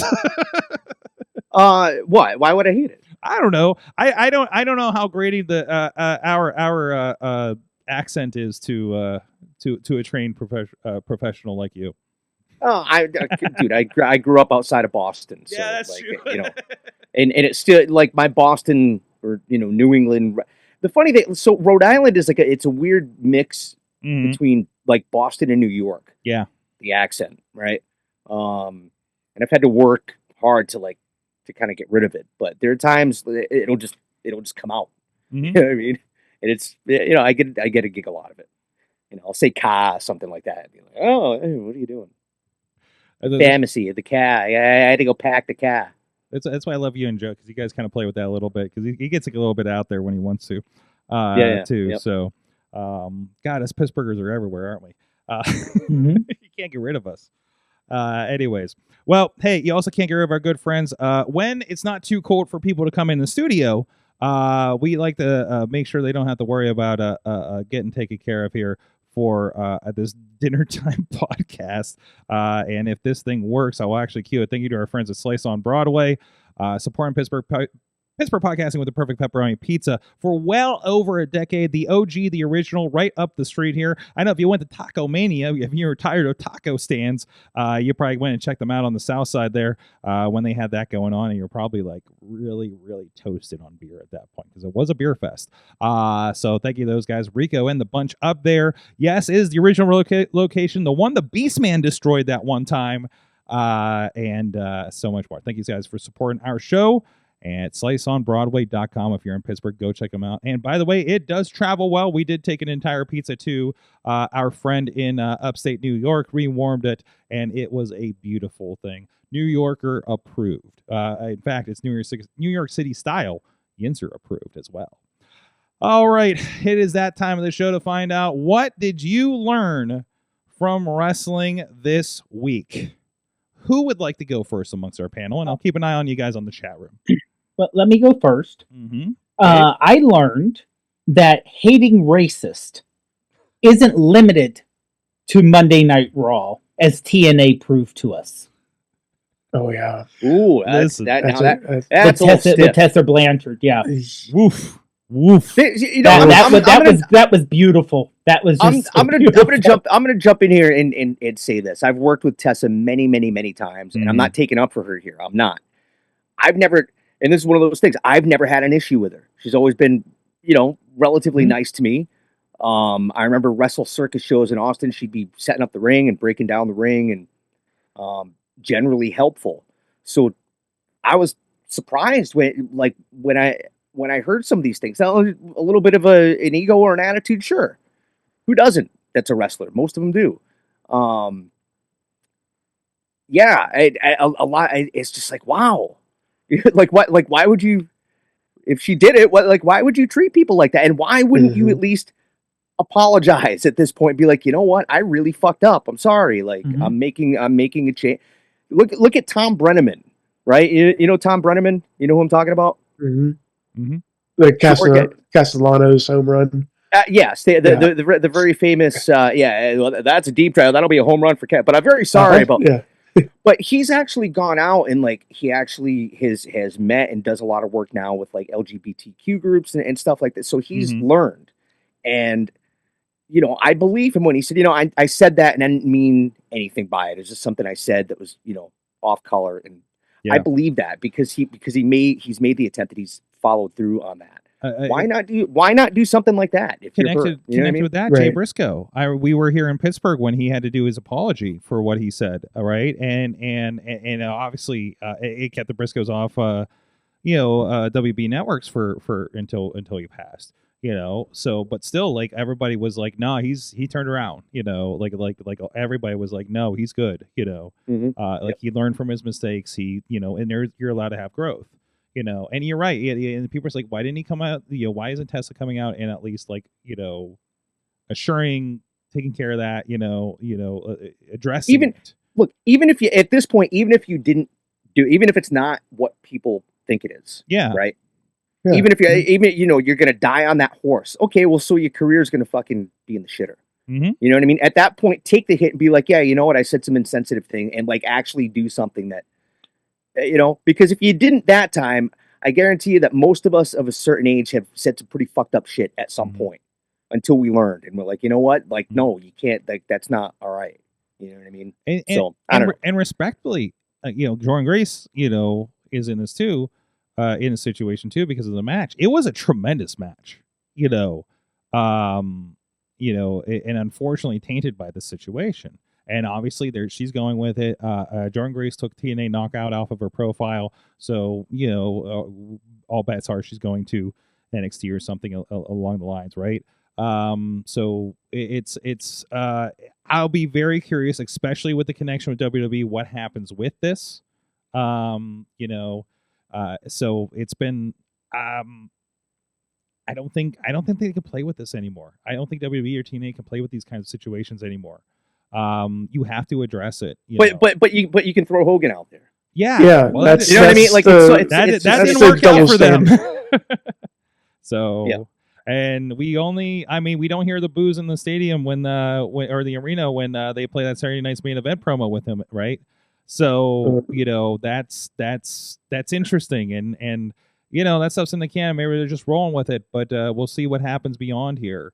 It's on the mat, but we don't see any ads for that beer, for instance. So other than the mat. So I'm kind of curious to see how they play out from here on. And this is the reason he wasn't taken off of the logo. Like Hulk Hogan was, what happened in the Silver Dome for about 3 years, which is wild. It's like, wow, we blackballed Hulk Hogan. Like that's, CM Punk calling out that he will finally kill Hulkamania as if it didn't happen last week. Like that was my reaction. I was like, oh my God, this is the day Hulkamania truly died, like on TV as far as things go. To the chat room, let's check in with them. But there's a lot of comments there I missed because this thing needed to get oh my God, I forgot about PCO. Holy shit. Oh yeah. Oof. It's not what I learned, but PCO, like I'm watching the TNA show and I'm seeing like PCO just destroy the TNA Digital Media Championship, and I watched the clip and like people were trying to take the microphone away from him and everything. I didn't see his new comments. I know he had some comments the next day about clarifying, and I didn't have an opportunity to read those. But man, I have a lot of pissed off people the last couple of days. So, but that's going to happen with everybody. There's a Britt Baker situation. Allegedly, there's an alleged call of Tony Khan talking about how terrible she is. This is I don't know. Two sides to every story, and when I hear something like that, it's just like until you hear one way or another, you can't fault one party or another, as far as I'm concerned. So we'll see. And if that happens, hey. Can't wait for Britt at a WrestleMania or Rumble or something, right? I'm down for it. Who isn't? So let's get another fucking Yinzer in WWE, guys. Yep. Let's do it. Taking over. The Mad One learned that Chad Gable needs to go to the torture chamber led by Vampiro to truly learn the dark arts of Lucha Libre, so we can call them Chad Gable Negro.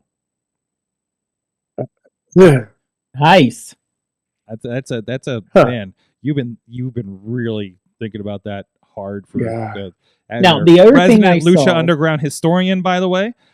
So we need to check the other thing I saw that people were mentioning was this could be the reintroduction of whether he's going to be called Alistair or Malachi Black, because his Dark Arts Training Center. So this could be him coming back. I mean, Malachi Black versus Penta. Anyone versus Penta is going to be match of the week. I mean, the match yesterday I with Pete Dunne. Yes. Oh, yes. Jesus. Yes. Like, I know back in the day, like these would have been like 5-minute, no offensive moves type situations, but Penta putting up match after match with Chad Gable at the beginning, and then with Pete Dunne now, like, doesn't only elevate him, it elevates Pete Dunne and it elevates Chad Gable, who calls JD McDonough JD McDouche, just shortening his name for no reason. But just that style of making your opponent look like $1 million while you look like $1,000,001. Just perfect. So, what I learned this weekend. Oh yeah. Listen, I am, God, I can't remember this good energy coming off a show, off of this weekend. But there was a lot of good stuff. There was a lot of great introductions. Our friends Pretty Boy Smooth, there was Dante Casanova, who I told him to his face, I was like, brother, that intro was fucking kick ass, and you already look like a damn superhero. And of course, he's the new Exodus champion, NWA Midwest champion over there. But I out of all of that, all those superstars on the show, EC3, Sandow, whatever his name is now, and everybody like that. But on the YouTube stream, I can tell you for sure that the highest rated person on that show, I didn't think I know who you're about was to say. the entrance and debut of a character that has been building to his first wrestling match for over a year. He's not using this name anymore, but we knew him for a year as Mike from State Farm. And he had the most amazing introduction. I encourage you to watch the introduction, but in the meantime, because it's right here at my fingertips, I also encourage you to watch the making of when we were walking through the introduction, and EC3 was playing one of the State Farm dancers, as we were calling it internally. There he is on the left, by the way. Listen, you ever watch those videos with like Triple H is going through like an introduction and like having a good time, like showing the poses and everything like that? Yep. Three is definitely, at least he's adjusting him and says, no, you do this and stuff like that. Like, I love watching creatives fucking work, and he is having so much fun. And there's actually a good thing where he's just like dancing and having a good time at the end behind him, when he gets in the ring here. This is tremendous. I sent it to a friend who's a big EC3 fan. I'm like, here's this behind the scenes video. Don't share it with anybody. And then within an hour, I saw this on social media. I was like, oh, never mind. Everybody's going to see this. I just didn't want to be the one to make the decision. So tremendous stuff there. Again, that is NWA Exodus Pros. Begin Again. It's on NWA's YouTube. It's free. And you can watch all that back as we produced it on Saturday night for all of that. So the camera works a little bit, but here he's dancing in the background. Anyways, that's what I learned. Just having a blast with production here. I love good vibes and shit like this. And I think we're building something really, really cool there. Can't wait to go back in March for their next show there. So, Rizz, what'd you learn? I learned that Joe Hendry finally got his flowers. Yes, he did. My God, that was great. And he's also going to be in the Rumble as TNA champion. Is that confirmed? No. Oh, shit. I'm just betting that's you also putting your bet in this year. Okay. Yep.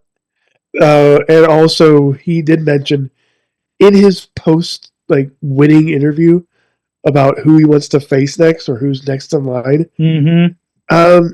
He mentioned John Cena.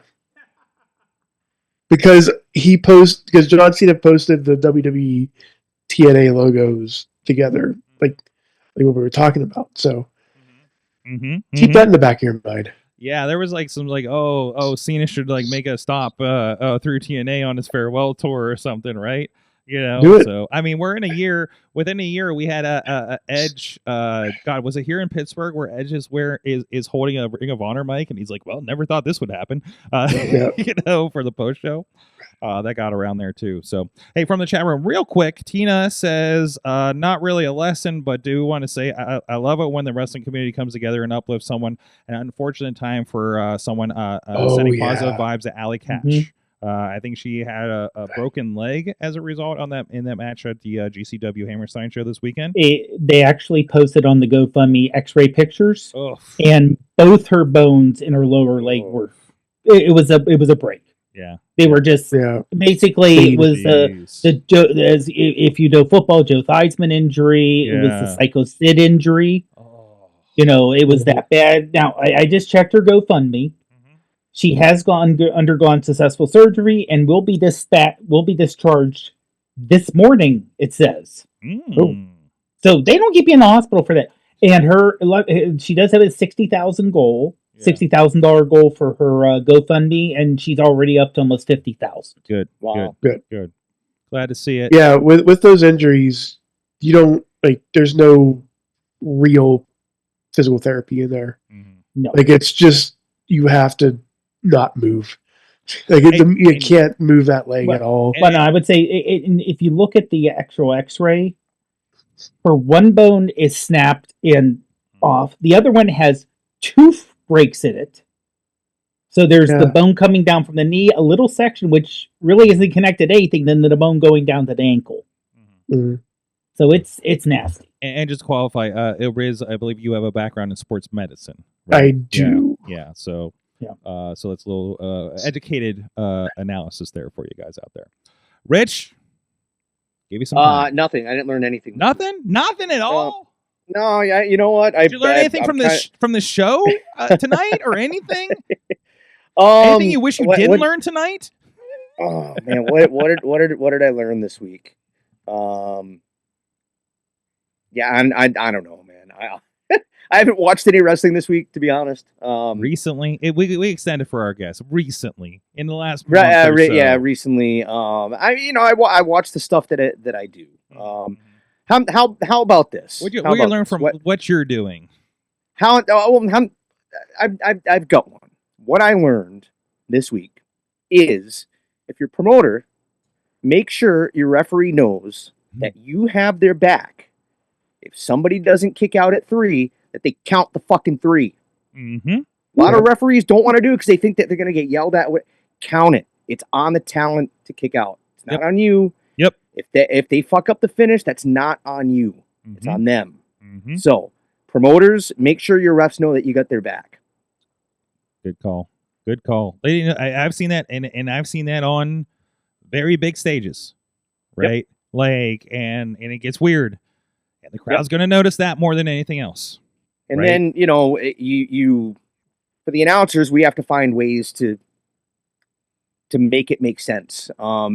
Recently, there was something in particular that happened where the guy was actually hurt, and the referee paused on the 3, and we were kind of like. And then a second later, made the X. I'm like, okay, well, the safety of the competitor is the most important thing. The referee realized that, whatever, right? Yeah. And you kind of go like that. That's a circumstance where it's easy to make sense of it. A lot of times that you can't make sense of it, and you have to bury the ref. And I don't like doing that. So, no announcer wants to do that. And count the 3. And again, it's on the promoter. It's on the promoter to make sure that your ref knows that like you've got their back. So excellent. Do that, please. It's better for all of us. I have one final question for you. Give you a little bit of lighter one to go out on here. Yes, for you. I have a special what did you learn? Okay? Because I got your because I asked what do you want to talk about tonight? You gave me a great list. You did. Yeah. Okay, yeah. There's one thing we didn't address yet.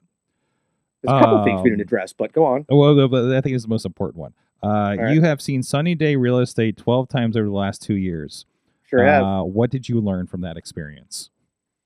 That sometimes having to wait for something that you really, really, really, really want is awesome when it finally happens. I was supposed to go see them in '94 when their first record came out.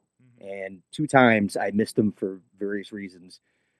They broke up, got back together. At that point, my daughter was, 2 or 3 years older. I was working, doing hockey, and then I was in hockey for 15 years. They reunited in '09, didn't get to see them then. Long story short, it took me like almost 30 years to see them. And like I used to joke back, my first wife, I'd be like, if they ever tour again, I'm literally going to every show I possibly can. And the last time I saw them was in Chicago. And it's, relatively inexpensive to fly from Boston to Chicago, and great transit system, et cetera, et cetera. Mm-hmm. I was like, I want to see one more show on this tour. Because they did their first record start to finish on the most recent tour that they did. And anyway, I flew out there for that. And, I've seen them like a bunch of times all over, like different places, not just like Boston or whatever. I've seen them like in LA, in Austin, in Dallas, like. I've bounced around. Like I said, 30 years it took me, and I'm kind of nerding out, right? Like there's probably something going on with like where I'm on the spectrum or something where I like hyper focus. But seriously, I waited years and years and years to see them, and I had to wait, and it was worth it. So That's awesome. I feel like this is one of those things where like you were rushing out of a show that we worked together on, and it was like, yeah, I'm going to such and such town to go see a band or something. I'm just like, what the hell, you know? I don't think that's where you live. last year, no, that was that Defy show in Seattle. Because it was the day before Easter. They played the next day in Los Angeles, and I figured, well, I'm already out in Seattle, I might as well go. So I flew down to LA, and I saw them that night. But like a little more than a year ago, I did a Deadlock show in Raleigh, and this other band that I had waited years to see, Velocity Girl, like pretty well regarded, like indie pop, like from the 90s or whatever. They were playing in Durham, so like literally the 1, 2, 3, I'm like, all right, goodbye, in the car, fucking hightailed it over to Durham, and I lucked out, and I think they had a problem with their bass amp. So they played like the first song, and then they had to do something where they had to fix shit. So I only missed like a song and a half or whatever. So, awesome. You know, a lot of I've been going to so many shows just because for so long I wasn't able to because I was on the road doing hockey, like you know what I mean. So I missed out on a lot of that stuff. I'm obviously a big music fan, like played in bands back in the day and stuff. So it's cool. You know, I wish I could have seen them on the first run, but I don't know that a lot of these bands, I don't know that I would have appreciated it the same way that I do now. So that's awesome. Rich, thank you so much. You got so much going on here. Again, January 26th is Deadlock Pro in Houston. You'll be in Defy Wrestling at February 7th up there in Seattle at Washington Hall. And we didn't mention too much, but in February 21st or 22nd, you're going to Qatar, I think it is, in the Middle East again. You've been there before with our friend Joe Dabrowski. Qatar for Ali QPW is doing Super Slam, the big shows that they do. He's done a lot over there with they have an academy. They run local shows. They're trying to develop local talent. And it's one of the few promotions that I know of that's in the Middle East that's trying to make a go of it. Ali's a big wrestling fan. He comes to all the WrestleManias, all the conventions and stuff. Wow. So yeah, I'm really excited to be going back. Doha is a beautiful city. Very a lot more Western than I probably would have thought. I remember the mall. There was like an ice rink. There was a Tim Hortons, which blew my mind. McDonald's, like. It's right on the Gulf. It was, it was really, really nice. I don't know. It's kind of one of those things where it's like, Saudi Arabia is gorgeous and, but you hear about some of the, the civil rights things, which I'm just kind of, hopefully there's not a whole ton of that stuff going on. But, you know what I mean? It's, I just think it's cool that you can go over there, and it's wrestling that brings you together and, and I know it sounds corny and whatever, but like, for all the differences that everybody has, you get together and, whatever you realize, well, shit, we're not really that different. We're really not. You know what I mean? And it's a very, for an American or, I'd imagine maybe even for like, somebody from Canada or whatever, from this part of the world to go over there and have that community or whatever. It's a very, very cool thing. Awesome. Thank you so much for joining us. I can't wait for us to hang out again in person. But in the meantime, everybody, thank you, everybody. Again, Thursday night is Thursday Night Fights, our training show with our friends at T2T Pittsburgh Wrestling Academy. Also, check out their Patreon. They're doing their own show amongst the trainees here, the Happy Hour. We have nothing to do with it. Like, they're filming it themselves. So I'm really excited to see how that turns out with see even fresher talent before they pop up even on our streams on indiewrestling.us. And also we will be with VCW that will also be streaming on the YouTubes and everything for indiewrestling.us here on Friday night with Beastman and Cowpoke Paul and the crew there too. So tell Beastman I said hey. Yeah, I definitely will.